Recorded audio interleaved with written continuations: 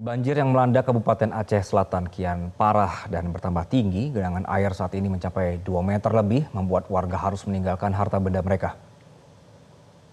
Pemirsa, banjir yang merendam pemukiman di Desa Cotbayu dan Lok Raya, Kecamatan Trumon Tengah, Kabupaten Aceh Selatan, saat ini telah mencapai 2 meter lebih. Desa ini menjadi lokasi terparah terdampak banjir luapan Sungai Souraya.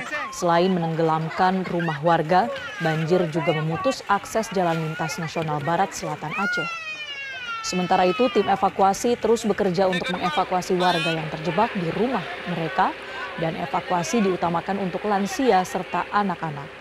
Pemerintah daerah juga mengimbau masyarakat yang ada di zona rawan banjir untuk secepatnya mengevakuasi diri dengan mengikuti arahan petugas. Hingga kini tercatat ada 220 kepala keluarga telah dievakuasi ke posko pengungsian.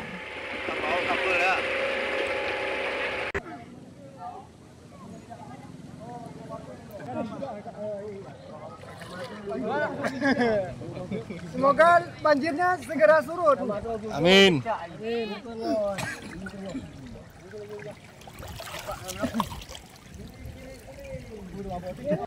Bang Din dari mana, Bang Din? Jelajahi cara baru mendapatkan informasi. Download Metro TV Extend sekarang.